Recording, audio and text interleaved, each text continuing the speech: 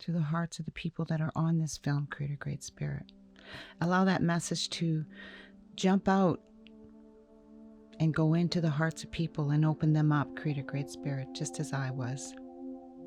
Allow that energy to flow, Creator Great Spirit, through the people, through the land, through the hearts. All my relations. Well, my name is Pat Hendrickson, and also known as Chief Whitecloud, as Sundance Chief. And I'm from the Anishinaabe Nation in North America, or Turtle Island, or the U.S., and parts of Canada. And I am a Sundancer myself. My career has spanned many years in doing the Sundance and being involved with many ceremonies. And over the last few years, the last decade, initiating Sundances in the U.S., Canada, and now in New Zealand, or Aotearoa. You have the right to record this, and I give my permission now to be handled in a way that you want. Of course, I would agree to that. We have that. My name is Pat Hendrickson, and today, right at this moment, I'm at Courthouse Paradise in Rosebud, South Dakota at a Sundance. I first met Uncle Pat in 1997 at a sweat lodge. And after participating with him in a couple of other ceremonies, he asked me to make a document about the Sundance. I'm not a filmmaker, and so I wasn't sure why he asked me to do this, but he felt it was very important. First of all, to document the dance for Indigenous people that have lost the connection with their culture, for non-Native people who need that connection with the natural world, and for Indigenous people all over the world to understand about this very important tradition. So we first started filming on Hornby Island. We did a few interviews there. And after that, Uncle Pat was asked to bring the Sundance to New Zealand by the Maori people. He brought it over to New Zealand, and we filmed it for 3 years in a row, where I danced and filmed. And most of the Sundance footage in the film was taken in New Zealand.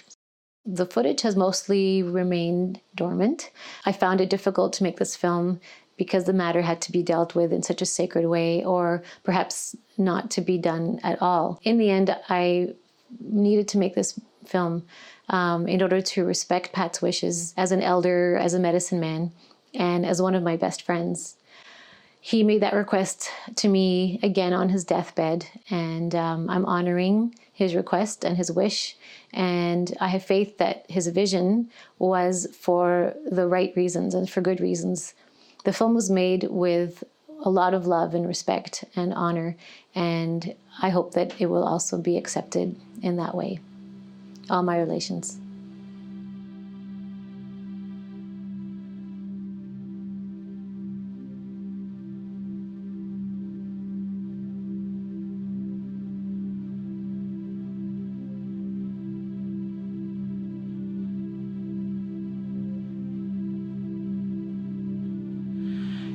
Has been one of my very dear friends that always seemed to believe in me, and I always felt like he didn't ever judge me, and I've always maintained that he's one of the very first men I've ever trusted in my whole life.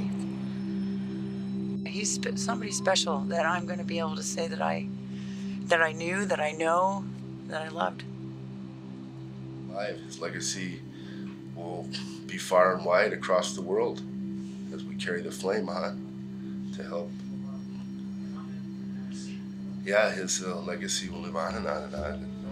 Very powerful. We might not know it right now, but as the momentum builds and people, get together, he plugged in people all over the world.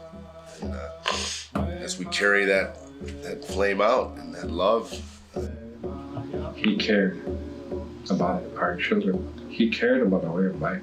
He cared about ceremony. And so sometimes as human beings, we make decisions and we do things And so he made a decision, a bold decision, to film the Sundance. It's not really that, I don't think for me, like in my opinion of knowing Pat for so long, that he actually wanted to document Sundance. He more or less just wanted to, have something for people to have awareness around. Maybe he did things a little different, but his intentions were all good. He really wasn't such a showman. And I was really surprised that he wanted to do any sort of documentation of anything, because he was never into putting himself in the forefront. If anybody was to ask me, well, where did you get permission, right, to do anything? And I go, the creator.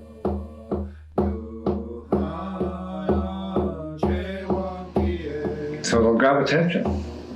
And the more attention it grabs,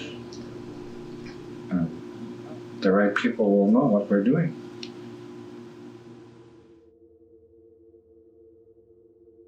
So what brought here is saying, hey, I hope you just didn't come here for an experience, to experience something.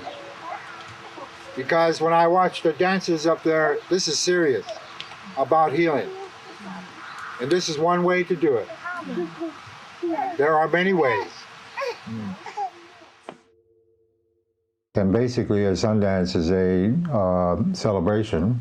I guess the original intent with the Aboriginal people in the U.S. and Canada was that it was kind of like a Thanksgiving kind of thing. It was done at the end of the summer season, and was used to initiate people into a spiritual, ceremonial way of life.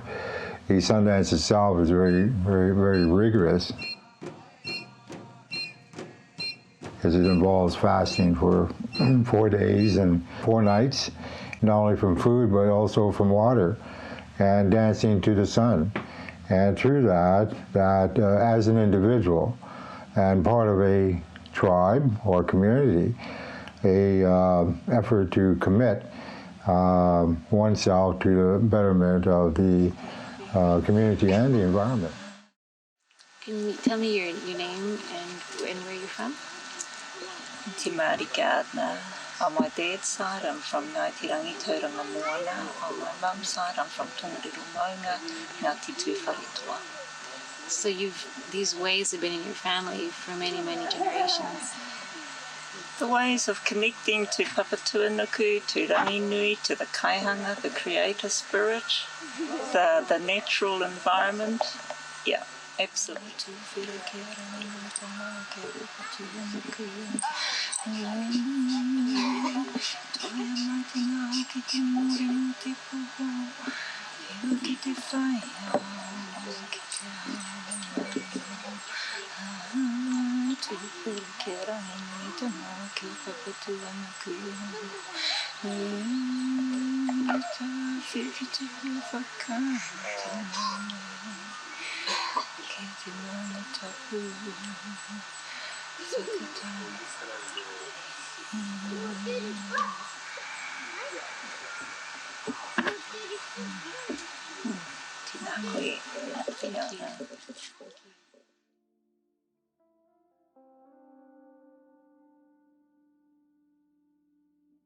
Anyway, these two guys are out there and they're looking for a buffalo, and there they find a big herd.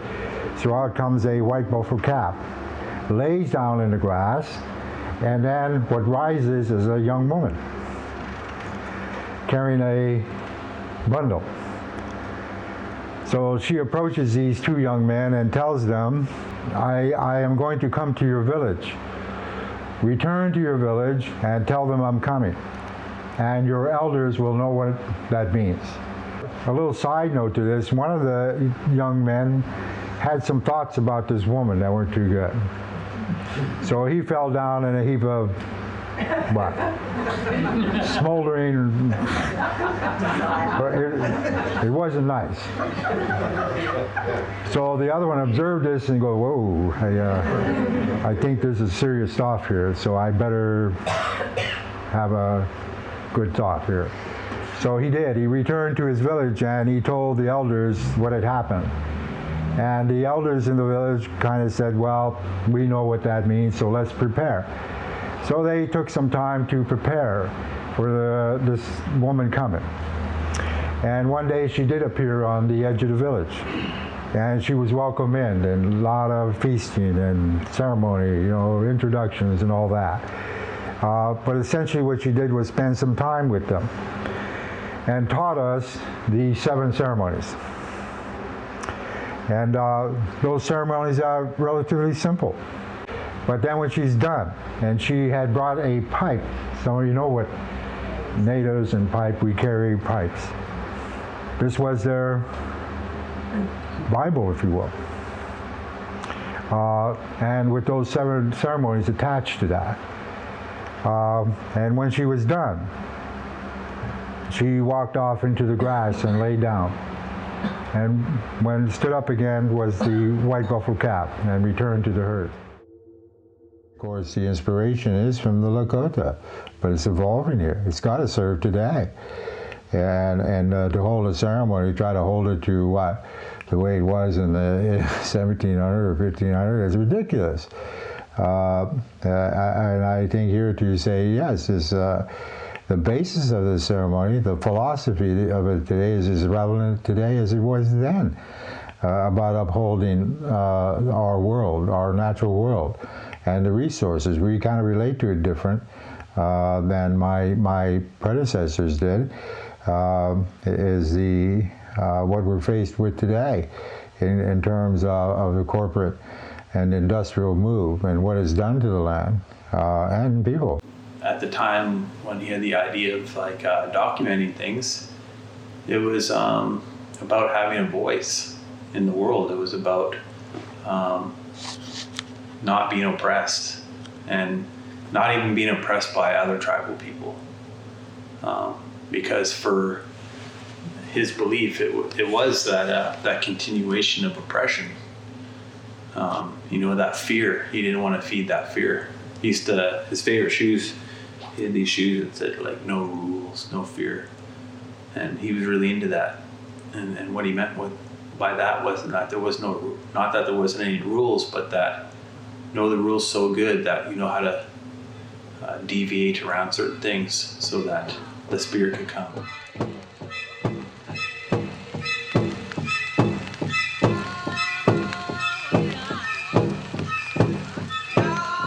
I guess bringing in kind of this ceremony, which is based on an old way of living, is still relevant today. But it has evolved to serve today, and the many values that we have today that weren't around then, and the many things that are around the practices. So when I'm faced with that kind of perspective, I kind of have a tendency to say no. It's evolving. It's evolving, and we got to evolve with it, and kind of reaching back to go forward. Not every human being is a cookie cutout. That not every ceremony is a cookie cutout. That the healing comes in through that. You have to have that spirit essence. So at one time I was out saving the whales, saving the dolphins, until I was told, go save yourself. So since that day, in saving myself and sharing that with others.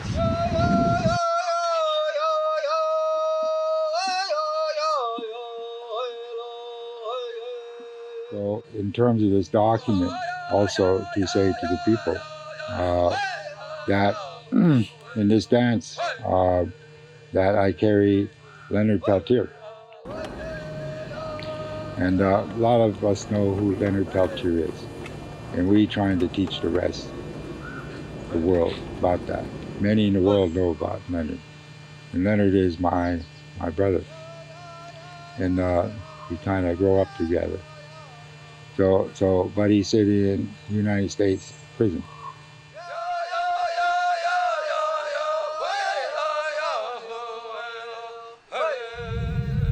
This is the mass grave where the people who were massacred in 1893 are buried. As you government came in the winter, it was winter time, so they just dig one big hole and bury everyone in here. So it was here in 1973 that when a standoff, there was a problem on the Pine Ridge Reservation, and the tribal chairman, working with the government, tried to again suppress the people. So that stand was made down there where you seen before. Nothing there now, but it used to be a trading post there. So 1973, the standoff took place right there for almost 70 days. It was a violent shootout with the government. And then a lot of people went to jail because of that. And I could see when the shooting started, how the people run through this valley towards the river and running down the river. And then the army chasing them, right, killing them as they caught up with them. Bodies scattered all over, most of them killed there. And then as they ran, trying to save themselves, the army followed them and killed them all the way, like you say, all the way 5 miles up the road.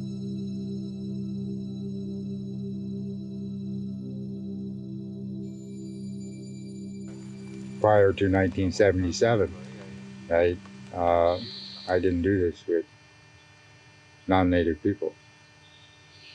And that included everybody. Unless they were Aboriginal, I wouldn't do anything with them. I wouldn't sweat with them. I wouldn't pray with them. And I certainly wouldn't dance with them. But that had to do with my belief and how I was taught. I thought this for us was ours. And, You know, back in the day, if a white person showed up at a sweat, Pat would beat him down. Like there was just no way, you know, and it was apparently so bad that people conducting the lodge would be like, if there was white people around, they'd be like, man, you have to go, Pat's coming here. And I won't be able to stop him from kicking you out of here, and probably not the best way. It wasn't until 1977 when I went to a gathering in Squamish of elders from all over North America. And this one elder get up, his name Thomas Banyaka from Hopi. And when he spoke, I felt he was speaking to me personally, even though thousands of people there, and speaking to me and instructing me. And I felt that, and saying, you know, the time has come to start sharing with the people some of these teachings. And the concern was for the earth and all living things. White people need it. We're the ones basically more out of touch with the earth, and in being out of touch, we rape and pillage the earth generally in a massive scale. Uniting all people, I think, and healing, you know. That was one of the things that I liked about Pat. He was very open-spirited about sharing the ceremonies, White Buffalo Kaffirman ceremonies. He was very open-hearted about sharing it with everybody who wanted to be part of it, who were, you know, open enough to embrace it. But we dancing here for land and life, and our healing, ourselves, our family, our community, world.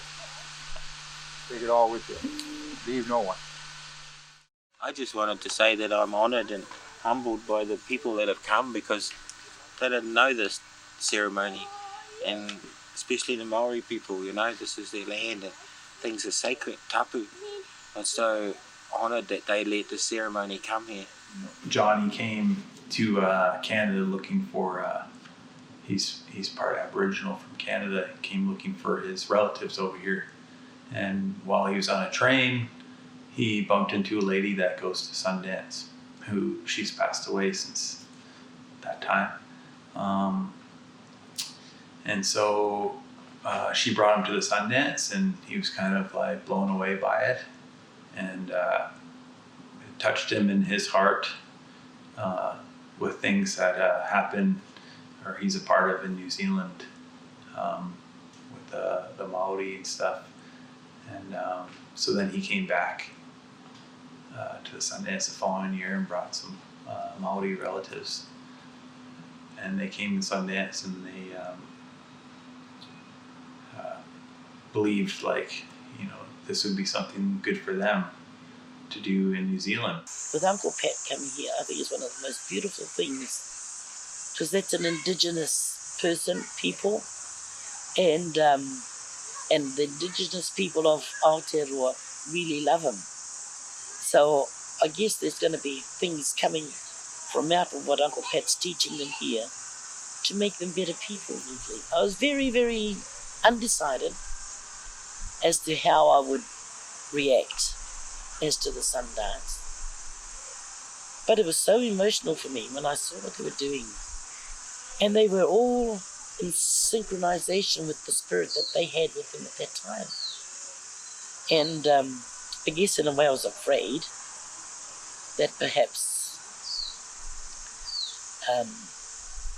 what Uncle Pat was teaching them would take them away from their Māoriness, if that's such a word, from being Māori people. But afterwards, talking to them, I just said enhanced them. So that was wonderful. I guess that I had embraced Māori culture and that belief system and taken that on board as my own. I have a strong Celtic background as well, and I really feel that strongly as well, so I included that. It fitted in with my religious beliefs, so it became just another part of my belief system. And really the whole belief around we are all related, because I know we are. Every living thing, every person is related to every other living thing. In Aotearoa, Māori have their issues. We have we carry a lot of hurt still about past grievances, land grievances, a whole lot of things that have been taken away from us.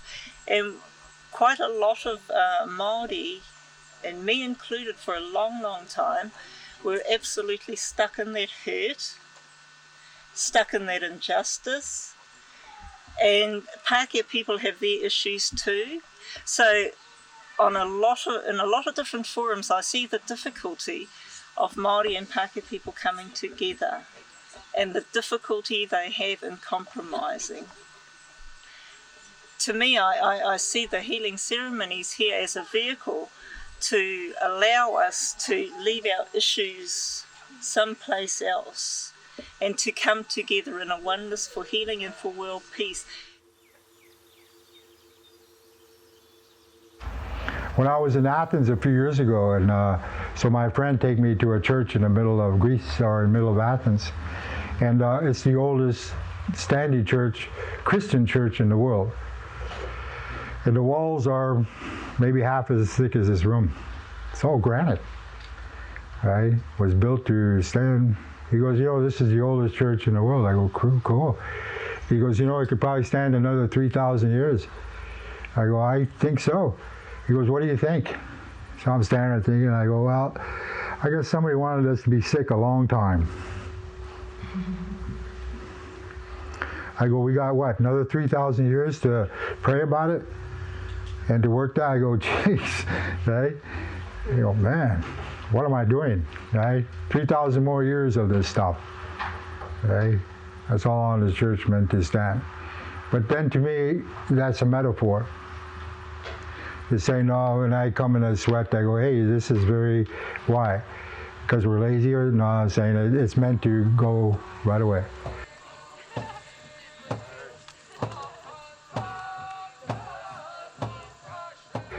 If it was all together tomorrow and saying, put it all away, I can put it away. Put all the pipes and the feathers and the sweats and the sun, put it away. We're there. That's the idea.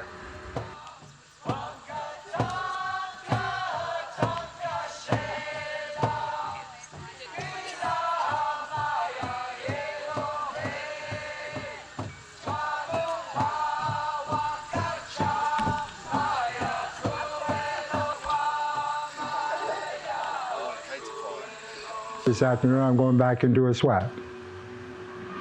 And when I get in there, I say to myself and to the others, and then I go, hey, whatever's going on in your life, I don't think I have all the answers, not even.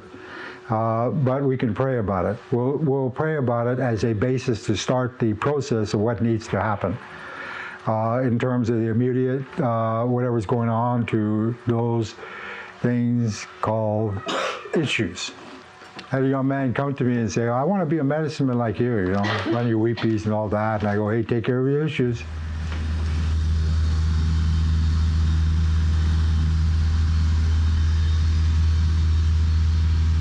So he asked me if I would go and build an arbor over there and help clear land and whatnot and help out in that way. And so I was excited to go. Where this started was in the sweat lodge, and it was just about hearing how you can give of yourself, and in that giving of yourself you can be helping others, and so that really appealed to me to do.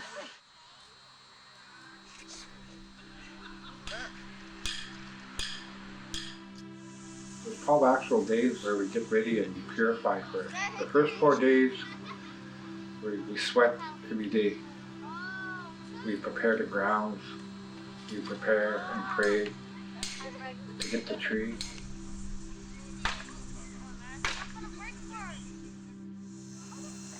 That's where I started, was the sweat lodge. Just come down and Pat says, come down to a sweat lodge. I'd arrive in my jeans, no idea what we were doing and that sort of thing.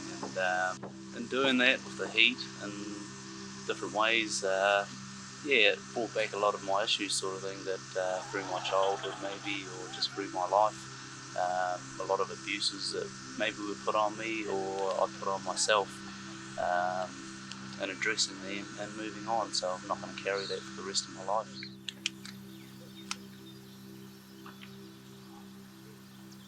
Well, I have never tried the sweat lodge, and I don't think I ever will, but I can see the changes in people when they come out, and you know whether it's good or bad. Well, you should do. Just looking at their faces, you can see them, and their whole being changes from coming out of the sweat lodge. You'll see people making tobacco ties, those are offerings. You see people making sage crowns. Those are kind of like protection to keep you sacred. We choose the prayer sticks out of willow. The willow protects us in our circle so that we can feel safe to pray in that way. Willow sticks are painted in the color of the 4 directions in order to protect the people. I'm doing prayer ties for the prayer sticks for the arbor. And so I don't know how many we have got, but pinch, good thought, and on the stick. So it's all good. That it's not you go to a place, you dig all the holes and put up posts or do all this stuff, and then it's all of a sudden a sacred place. You know, in Pat's mind, the places were already sacred, and what we would do to those places in order to have a ceremony there was you had to do a lot of talking to the relatives, the plants and the peoples and the different elements involved to, you know, explain what you were doing there. And you know, that's a way of praying that I carry on to this day. So the medicine man travels out into the forest, finds the sacred tree, the sacred cottonwood tree that will withstand our prayers, withstand our dance. It's chosen as it chooses us too. The young people come and they do their first cut onto the tree. We ask the tree to come with us and pray with us. We sing to it. We feed it. We take it down so gently as a people, men and women, together as one, praying as one. The tree wants to come with us at this point. We carry it the best that we can without any branches touching the ground. And sometimes that happens and it's okay. Because what we use that falls, we use it for a tea, and it helps us throughout the year.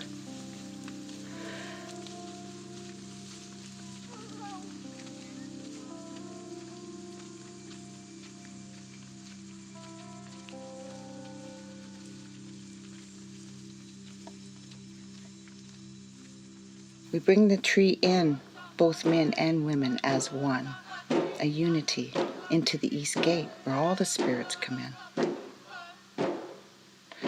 The tree then is decorated with our prayers, which is a personal choice. We choose the colors that come from our hearts. We fill them with the prayers of our relatives of past and here and now. We feed the tree with fish and berries from the land. We decorate it with our prayers and our promises and our courage and our strength. Lifts it up.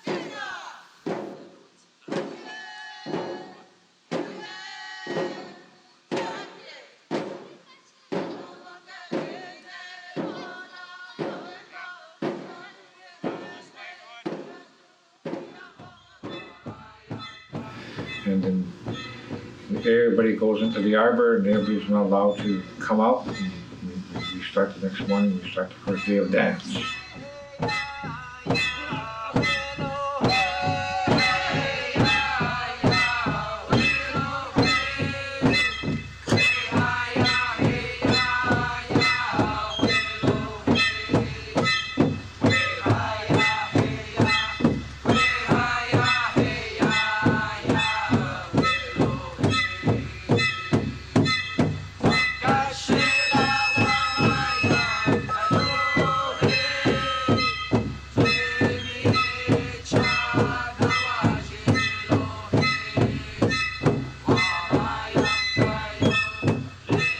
I dance because I want to get closer to the Creator. I want to get closer to my spirit. I want to get closer to my mission in life. I want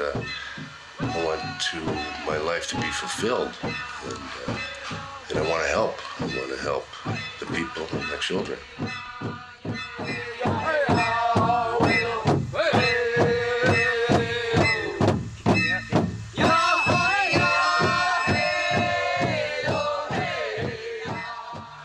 I like this physical part of it. Nice to pray with just the mind.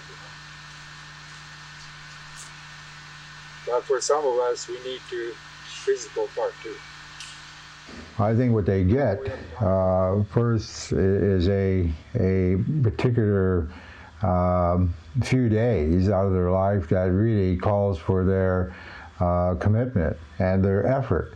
And in many cases, it takes everything they have in terms of a physical and spiritual effort. And through that, that there is a realization or an awakening. I think over the years and being experienced with this, that there are things that happen and realizations that are made that are, they're not attributed to me, they're attributed to their own effort and what they put forth in those few days that they have accomplished and realized on their own. It's something like between them and God or Creator. Sundance is beneficial for the gratitude. You develop gratitude. Every time I drink a glass of water, I have gratitude for it. Water does not come lightly to my mouth.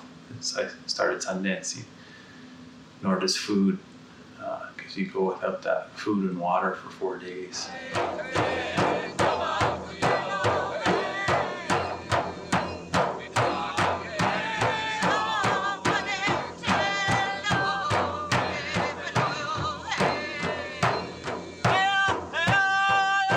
I think it's probably the only way to save the planet, to change your way of thinking.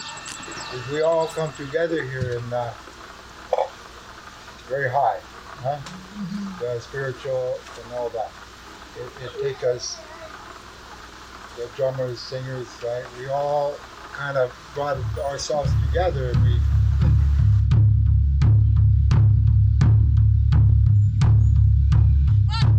Pat Hendrickson, when you ran it, you'll see woman at the drum.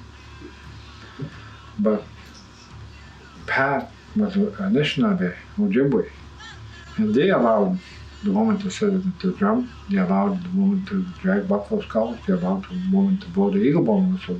You'll see them at the Ojibwe Sundance doing that when you go to Ojibwe Sundance. Dakota, the 7 campfires of the Sioux don't allow those things.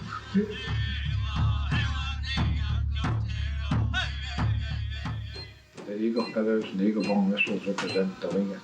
Everything's represented inside there. The eagle feather represents the truth. So when we wear eagle feathers, we try to become prepared to go before Creator. But at times when the wairua of my ancestors enters, and it comes in like flashes, it will come in and fill my body, and all of a sudden I'll be full of energy again. Just, oh, let's dance. And other times they're not there and I'm depleted and I just want to go to sleep.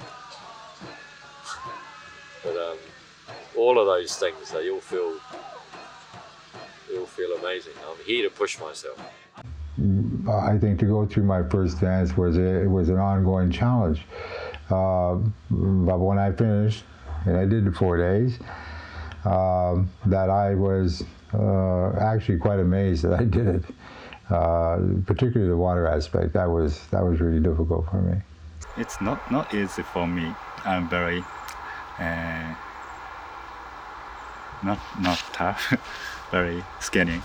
It's so hard to dance 4 days, 4 nights.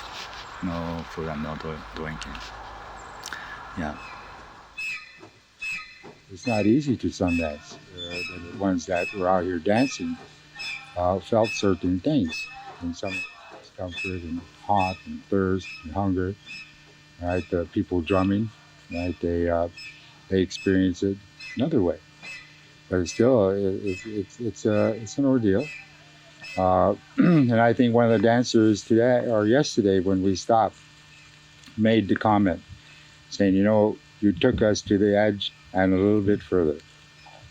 And I go, yeah, I guess to show you that you are strong and to make you stronger so that when it come out here to the world that we live in and we can't take these things all there all the time. The world of business, relationships in the family and in the community, all these things out there that may not avail themselves to what this is. And so trying to balance that and to find a way to deal with that. And the Sundance teaches you these different aspects. It teaches you to get up again after you fall. It teaches you to sit through things. And it's all the practices around Sundance too, Vision Quest and the sweat. And it really teaches you to sit through certain processes that you would normally just run away from. No, I see he is one of the great Lakota medicine men, along with Black Elk, Fool's Crow, and a host of others. He's right up there, but he's in our time. Years ago I met you, Pat. It was quite a fluke coincidence. Came to a sweat lodge and I sensed there was a lot of truth in what was going on. I don't come from a very religious family, and I've always felt I had a balanced life, but not a lot of spirituality. I think what the Sundance does is connects you to the earth and the stars and all of our relations. And once you can feel connected, then you start to learn the sacredness of all things. We're sacred, life is sacred, plants are sacred, everything has a spirit. Sundance shows us that we are more than just bodies, that we are a spirit, that we are divine. From just in general, the environment and spirituality, I think globally people are wanting more than what's here from a capitalist world, from the West. We're lost, I think, as a society. I think white people in general in America are lost. I think we're following this capitalistic trail and with material rewards, but there's nothing in your heart there. And I think a lot of us are searching. A lot of us are not happy, on this what we've created as a society. Living my life only half of it, only half a man, only living on the right side of my body without my heart. So trying to find the two halves, bring them together, and that struggle that causes, the loss of things that you hold on to because they support you, but maybe they're not good for you. We need the light to understand the dark. We need the right and the left. We need the up and the down, the black and the white, the good and evil. So in saying how are we going to get rid of it? No, we balance it. Balance. I'm a family physician, and it's my main living. And I'm very interested in spirituality and healing, use of ritual, ceremony, and healing. The last 12, 15 years I've been following pursuits like this as a way to understand what's happening for our Western culture and illness in particular. And it was precipitated by my own bout with depression and a sense of alienation and separation from the dominant culture that I live in. And when I began to heal myself, it was using these kinds of things that weren't seen as really mainstream activities, but that's where I began to get the healing that I was looking for. Powerful. I had no idea what I was getting myself into. A part of me got opened up. A part of me that I hadn't really addressed before. And it was very, very healing. It was very healing. When one person passes from one phase in their life to another, right, how do we mark that? Right, and we're at what points in this society this was there. There were rites of passage. There were times in life that things were acknowledged, and that was put forth. And through that enforced a life and a lifestyle of how to be, and what values were there. I think once you start to follow your heart, it's the way how, because sometimes we don't want to listen the heart. We more thinking with the head, with mind. They say what I have to do and things. And I think it was for me. It was to show that I can. Why not? I can be connected with the earth.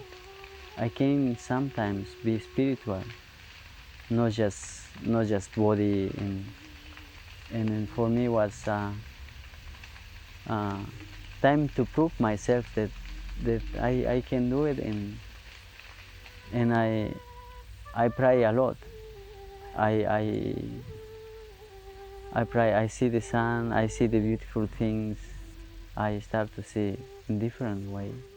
I hope that my children will get the benefit of this, and that my mokopuna will get the benefit of this. And this is why I'm dancing. I'm dancing for my children's healing, the healing of my mokopuna, the healing of my unborn mokopuna who have yet to come. And I'm dancing for the strengthening of my own wairua, to strengthen my spirit, make me stronger spiritually. When a child is born, it has a umbilical cord attached to it. And they cut that umbilical cord off. They break away from the mother, the child, the tree.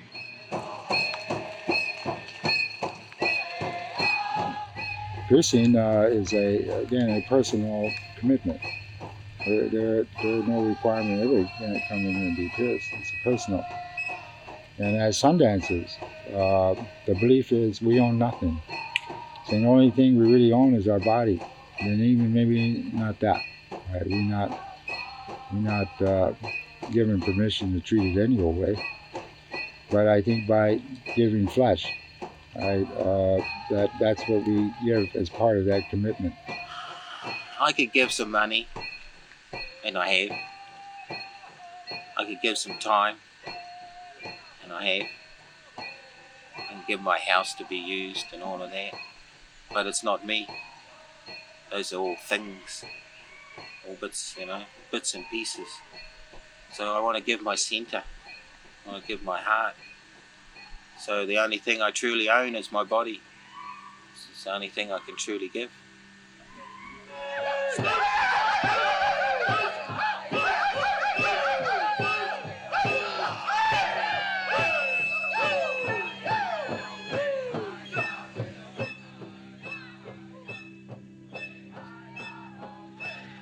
I really believe in it. I really believe that's who I am and what I'm here for. And my purpose is to dance that way for my ancestors, for my children, for my grandchildren.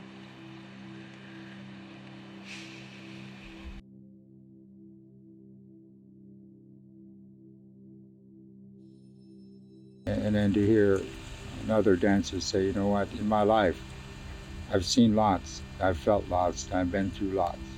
And this dance, it's the best moment ever in my life. I'm glad I did this. There's all sorts of different ways of Sundance, so it's very hard to describe that, if not at all. But the essence of that is the prayer and the togetherness and knowing your place in this place, knowing that you are from this place and that there's a way to be in this place. And saying the center, where is the center of the world? It's where you are. You're always in your power. You're always centered. And then where is the basis of your inner strength and truth, your truth?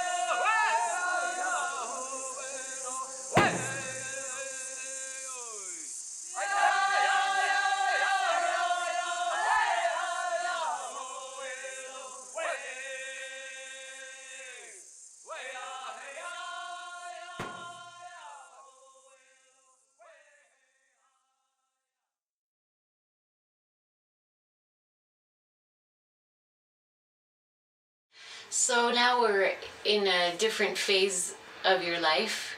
You're in a very kind of unusual situation. Indeed. Can you explain a little bit about what's going on? So diabetes being the basis of other organs in the body suffering, and in my case led to renal failure or kidneys getting very weak and not doing their job. Yeah, I could step out here and get hit by a plane or something, right? We don't know when life is going to end for us. A lot of us really don't think about it too much, as we live our life, and consequently so, right? If you're healthy and don't have a disease like me, it's like the future is endless. So you made a pretty big decision here as well.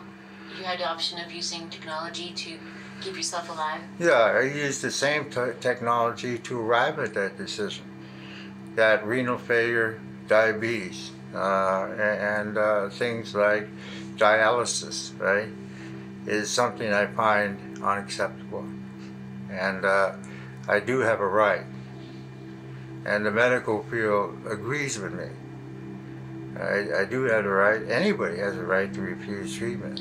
So after a lot of thought, the decision being that I will let it go the natural course. So we met quite a few years ago, and when we met, without me even really knowing what the ceremony was and what your tradition was, you asked me to make this document. What were you thinking about when you asked me to do that? Well, I was thinking that, yeah, in this modern day, right, the way I was doing things of traveling and meeting people was very good. However, to even reach more people, right, that a document be made. And then particularly here in Canada, in British Columbia, I thought that documenting, going into a community, mobilizing the community, informing the community about, sweats and Native American ways, Sundance and all that, and also make that available to them, that a document would serve many of those areas. What do you want people that see this document to take away with them? My hope is what they take with them is a better understanding of the spiritual life of many Native people, indigenous people, and then also that it would serve in a better understanding of maybe that some of the things that need to be addressed, right, can use this kind of background as a tool to do those things. And also it's faded too, faded in legend, I guess. People that run ceremonies to that degree, weepy and stuff. It's pretty known that it's going to tax you in your life because you're doing that ceremony as a weepy person or Sundance person. You're calling life, and you're calling for life to come all the time, calling for that miracle, and there's a trade for that.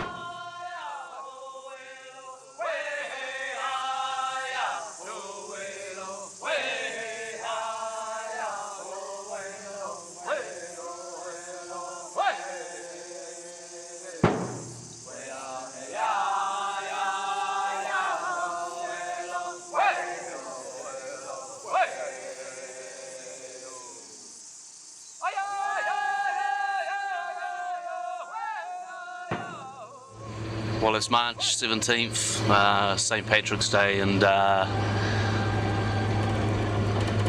just delivering Pat's body and his spirit gone. St. Patrick's Day today, and passing, turning over on his birthday. So today we journey with his body to cremate that, and some real close people here that have been in Pat's life.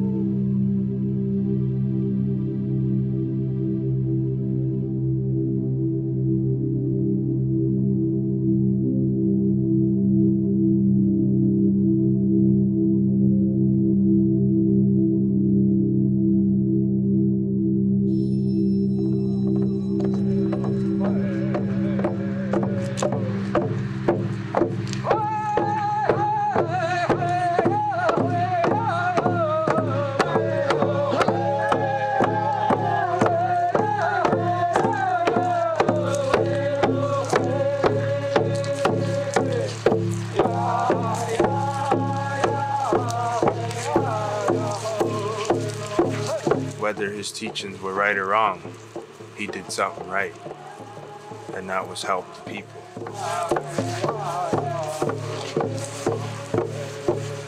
I think the people that he's touched really believe what he does is true and real.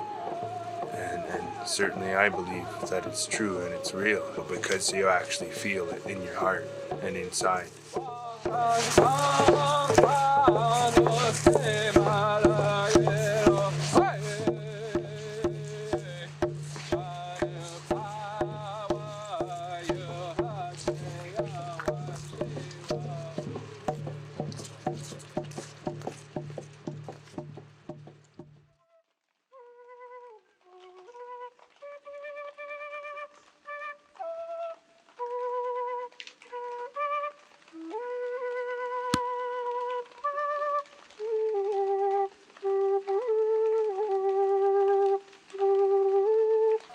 just for the record, maybe just state your full name. My full name is Patrick Joseph Aniwash. I'm from the Anishinaabe Nation in White Earth, Minnesota, with ties also to Thunder Bay in Ontario.